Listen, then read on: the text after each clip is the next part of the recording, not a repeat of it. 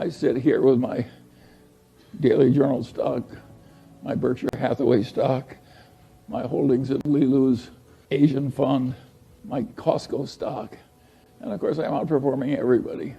And I'm 95 years old, and I practically never have a transaction. And the answer is I'm right and they're wrong. And that's why it's worked for me and not for them. And now the question is, do you want to be more like me or more like them? The idea of diversification makes sense to a point. If you don't know what you're doing and you want the standard result and not be embarrassed, well, of course, you can widely diversify. Now, nobody's entitled to a lot of money for recognizing that because it's a truism. It's like knowing that 2 and 2 equals 4.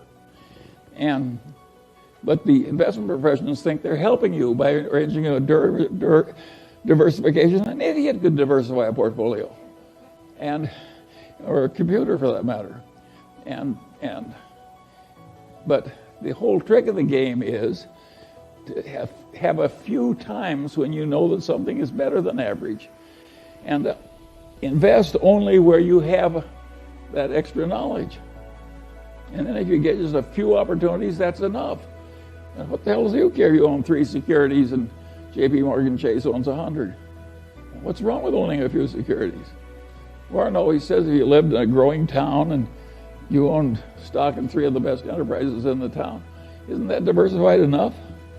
The answer is, of course it is. They're all wonderful places. And that Fortune's formula, which got so famous, which was a formula to tell people how much to bet on each transaction if you had an edge.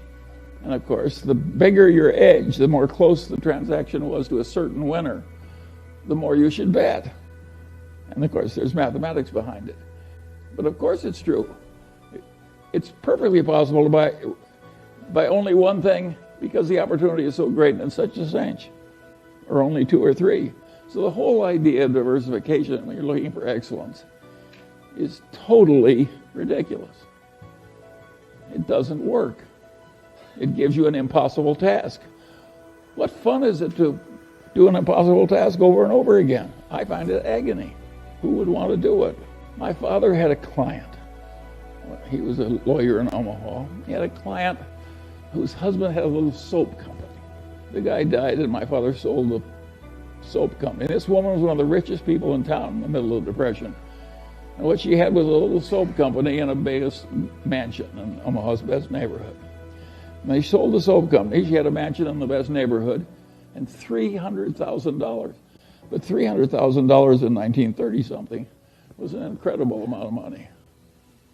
A little hamburger was a nickel, a big hamburger was a dime, and the all-you-can-eat cafe in Omaha would feed you all you needed to stay alive for 2 bits a day. I mean, $300,000. Well, she didn't hire an investment counselor. She didn't do anything. She's a wonderful old woman. And she just took that and she divided it into 5 chunks. And she bought 5 stocks. I remember 3 of them because I probated her estate. And it was, one of them was General Electric, one was Dow, one was DuPont, and I forget the other 2. And then she never changed those stocks. She never paid any advisor. She never did anything. And she bought some municipal bonds. She never spent her income.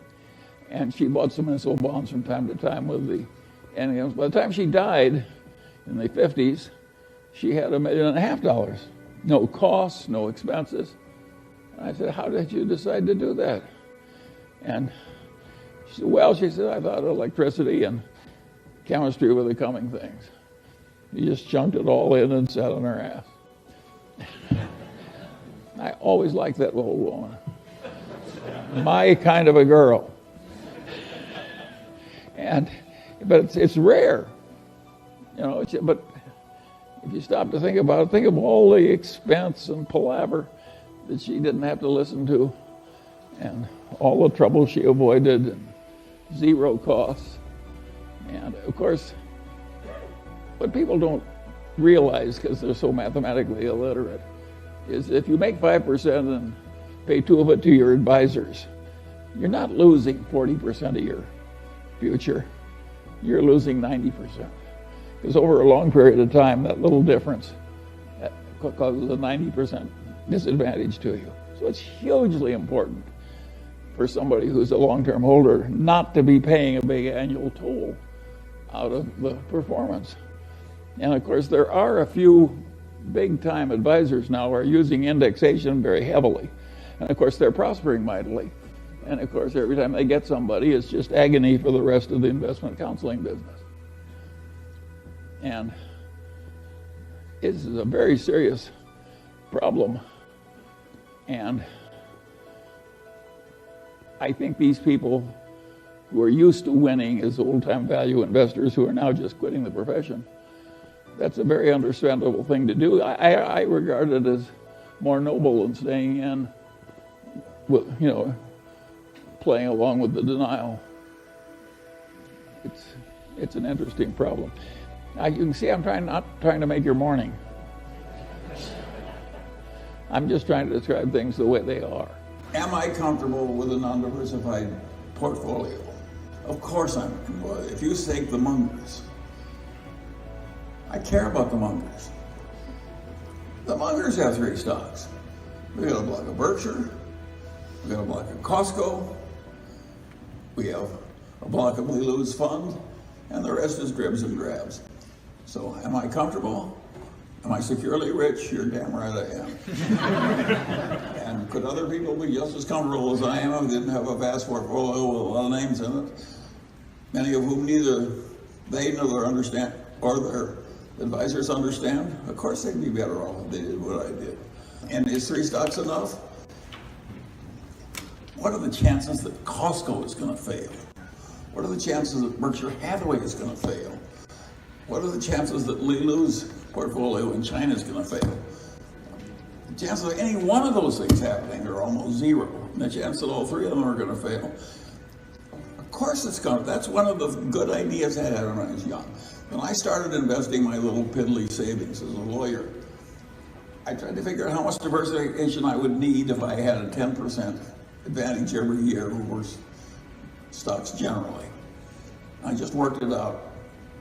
I didn't have any formula, but I just worked it out of my high school algebra. And I realized that if I was going to be there for 30 or 40 years, I'd be about 99% sure to do just fine if I never owned more than 3 stocks, and my average holding period was 3 or 4 years. And once I'd done that with my little pencil, I never a moment believed this Balderdash they teach about wide diversification.